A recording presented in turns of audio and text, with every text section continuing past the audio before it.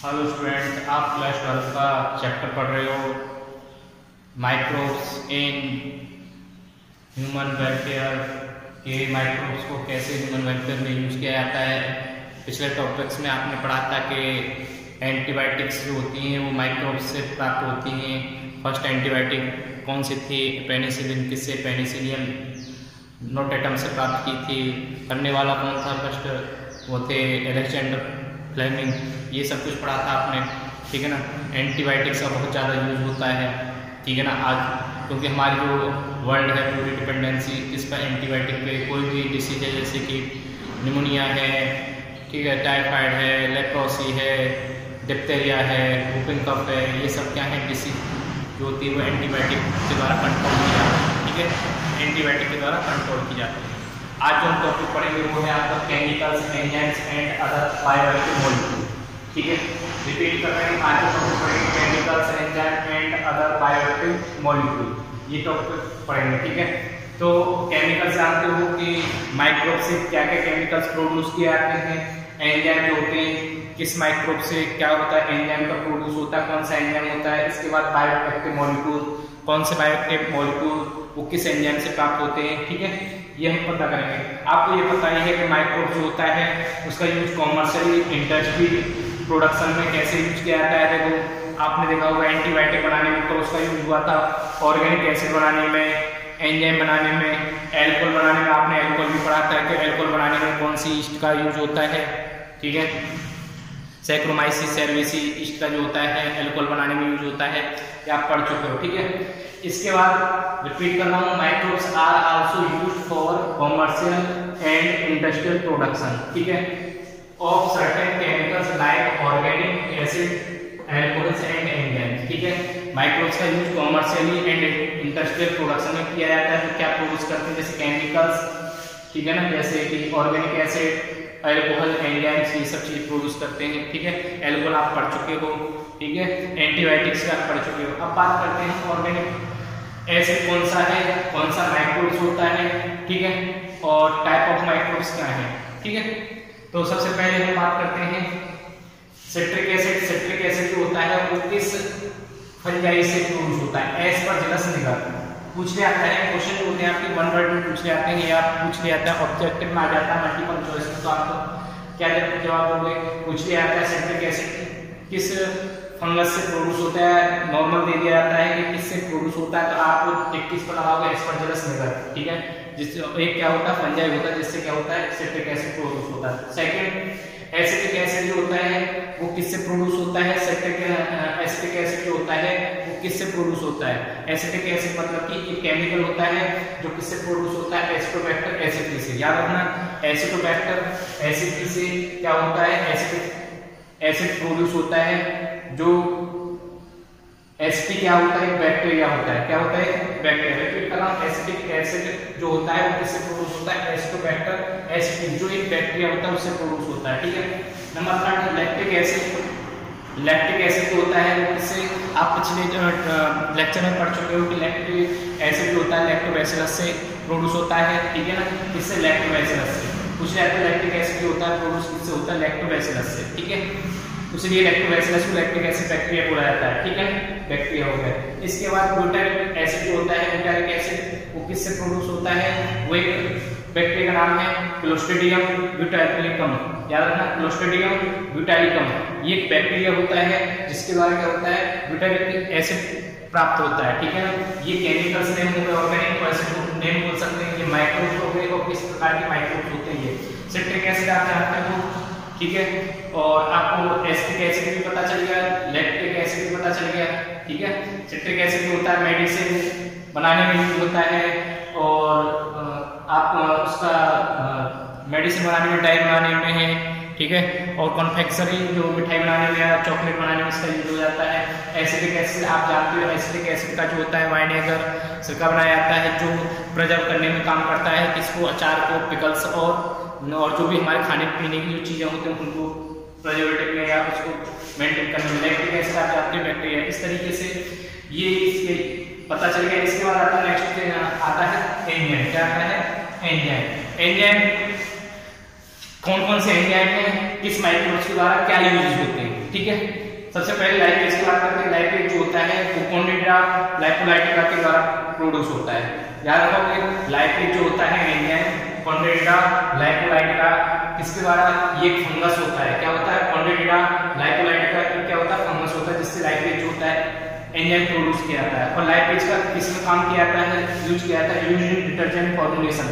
जो detergent powder बनाए जाते हैं उनमें लाइपेज एंजाइम का यूज होता है। दूसरी थिंग क्या है कि इसका जो होता है रिमूविंग ऑफ बोल सकते हो ऑयली स्टेन। ऑयली स्टेन मतलब कि जो तेल के धब्बे होते हैं जो उनको हटाने के लिए जो धोबी होते हैं, या बोल सकते हैं जो कपड़ों से क्या होता है तेल के जो धब्बे होते हैं ऑयली स्टेन उनसे वो हटाया जाता है। Help in removing stain from the laundry. ठीक है ना, जो धोबी घर होते हैं ना वहां पर क्या होता है धब्बे हटाने के लिए, कपड़ों से हटाने के लिए वो कैस का यूज करते हैं, वो लाइपेज का यूज करते हैं। ठीक है, लाइपेज का पता चलता है लाइपेज जो होता है किस माइक्रोब्स के द्वारा, कॉन्ड्रोइटिडा लाइपोलाइटिका जो होता है फंगस होता है उसके द्वारा ये प्रोड्यूस होता है। इसका यूज आपको पता चल गया डिटर्जेंट फॉर्मुलेशन में यूज होता है इसका, और दूसरी थिंग ऑयली जो स्टेन होते हैं उनको हटाने में यूज होता है। क्लियर है। इसके बाद सेकेंड एंजाइम है protein and pectinase. Proteinase and pectinase. ठीक है, इसका प्रोटीन एंड पैक्टिनेज का जो एंजाइम का जो यूज होता है वो कहां पर यूज होता है, किस फंगस से प्रोड्यूस होता है। ज्यादा प्रोटीन पैक्टिनेज जो होता है एस्परजिलस निगर से प्रोड्यूस होता है। किससे, एस्परजिलस निगर से।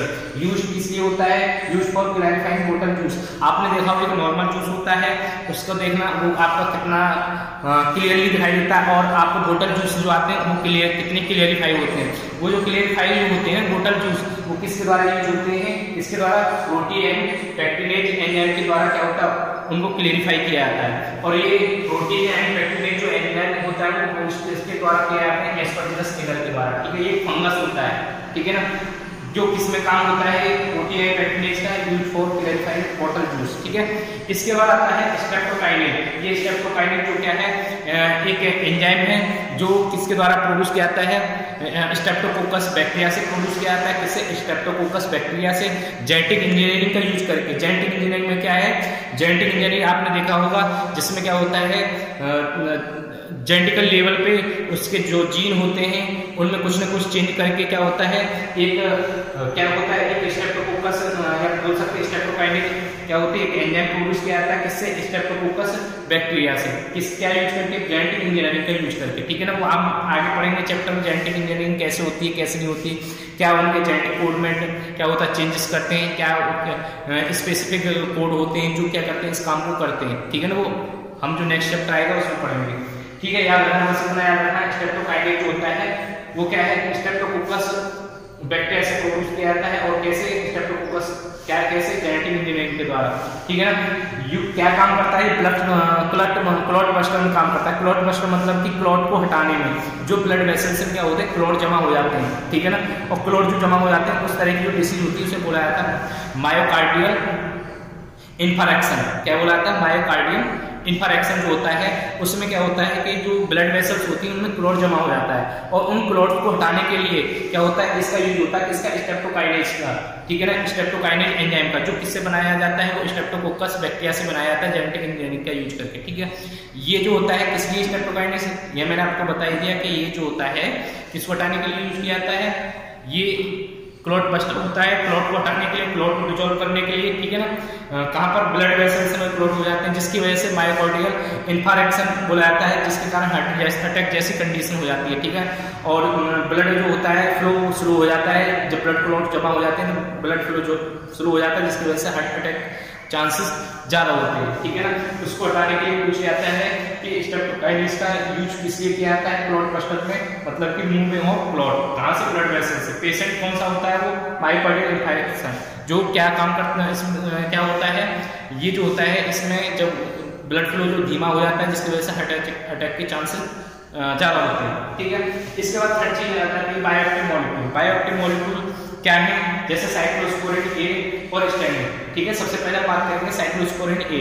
साइक्लोस्पोरिन जो होता है ये वो ट्राइकोडर्मा पॉलीस्पोरम फंगस से प्राप्त होता है। किससे, ट्राइकोडर्मा पॉलीस्पोरम फंगस से प्राप्त होता है। इसका फंक्शन क्या होता है, ट्राइकोडर्मा पॉलीस्पोरम फंगस से प्राप्त होता है साइक्लोस्पोरिन ए।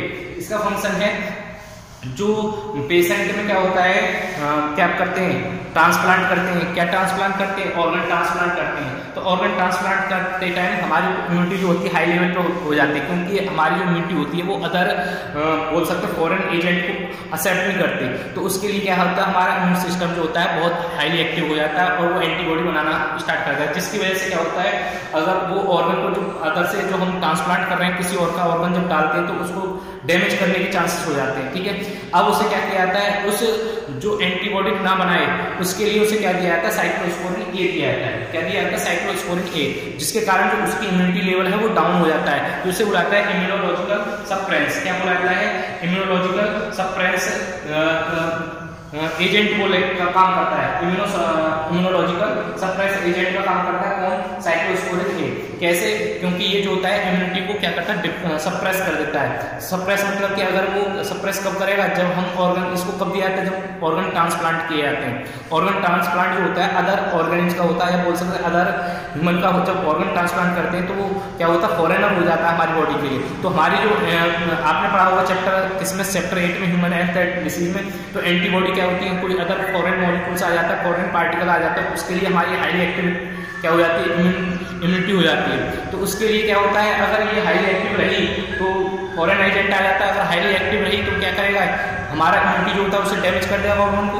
इसलिए उस ऑर्गन को डैमेज होने से बचाने के लिए क्या होता है, उसको क्या किया जाता है, साइक्लोस्पोरिन ए जो दिया जाता है। तो किससे प्राप्त होता है? ट्राइकोडर्मा कोलिफॉर्म फंगस से प्राप्त होता है, जिसके कारण क्या होता है, उसकी इम्यूनिटी सप्रेस हो जाती है। क्या हो जाती है? इम्यूनिटी सप्रेस हो जाती है। ठीक है, इसके बाद आता है स्टेटिन। स्टेटिन जो होता है ये किससे प्राप्त होता है? मोलस्कस परपुरस एक फंगस होता है। मोलस्कस परपुरस एक फंगस होता है, उससे प्राप्त होता है। नाम क्या है? स्टेटिन, याद रखना। ठीक है, स्टेटिन क्या है? बायोएक्टिव मॉलिक्यूल है जो किससे प्राप्त हो? मोलस्कस परपुरस फंगस से प्राप्त होता है। और इसका फंक्शन क्या है? इसका फंक्शन है ब्लड कोलेस्ट्रॉल लेवल जो होता है उसको क्या करना, डिक्रीज करना, इनहिबिट करना। जो ब्लड कोलेस्ट्रॉल लेवल जो होता है ना हमारी बॉडी में, ब्लड में जो कोलेस्ट्रॉल लेवल जो बढ़ता है उसको डिक्रीज करने के लिए, उसे कम करने के लिए क्या किया जाता है? स्टेटिन दिया जाता है। ठीक है ना, आपके एनसाइट में दे रखा है ब्लड कोलेस्ट्रॉल लोअरिंग एजेंट। ये जो होता है ब्लड कोलेस्ट्रॉल लेवल को लो करता है। क्या करता है? लो करता है। ठीक है ना, इसलिए ब्लड कोलेस्ट्रॉल लेवल को कम करने के लिए इसका स्टेटिन का यूज होता है, जिसकी वजह से क्या होता है, हमारे जो कोलेस्ट्रॉल लेवल जो होता है स्टेटिन की वजह से क्या होता है, डाउन हो जाता है। किसकी वजह से? स्टेटिन। स्टेटिन आपको पता चल गया कि ये क्या काम करता है, ये काम किया, ये blood cholesterol level lowering agent होता है, तो ब्लड कोलेस्ट्रॉल जो लेवल होता है उसको कम करता है हमारी बॉडी। ठीक है, ये आपको क्या हुए, आपने पढ़ा ऑर्गेनिक एसिड, एंजाइम पढ़े, यूजेस पढ़े, बायोएक्टिव मॉलिक्यूल के यूजेस पढ़ लिए, सबके आपने यूजेस पढ़ लिए, और माइक्रोब्स, ऑर्गेनिक एसिड, ये सब कुछ आपका कंप्लीट होगा। ठीक है, अब जो नेक्स्ट टॉपिक आएगा हमारा क्या आएगा? Sewage treatment plant. ठीक है, ये यहाँ पर आपका chemical enzyme other bioactive molecule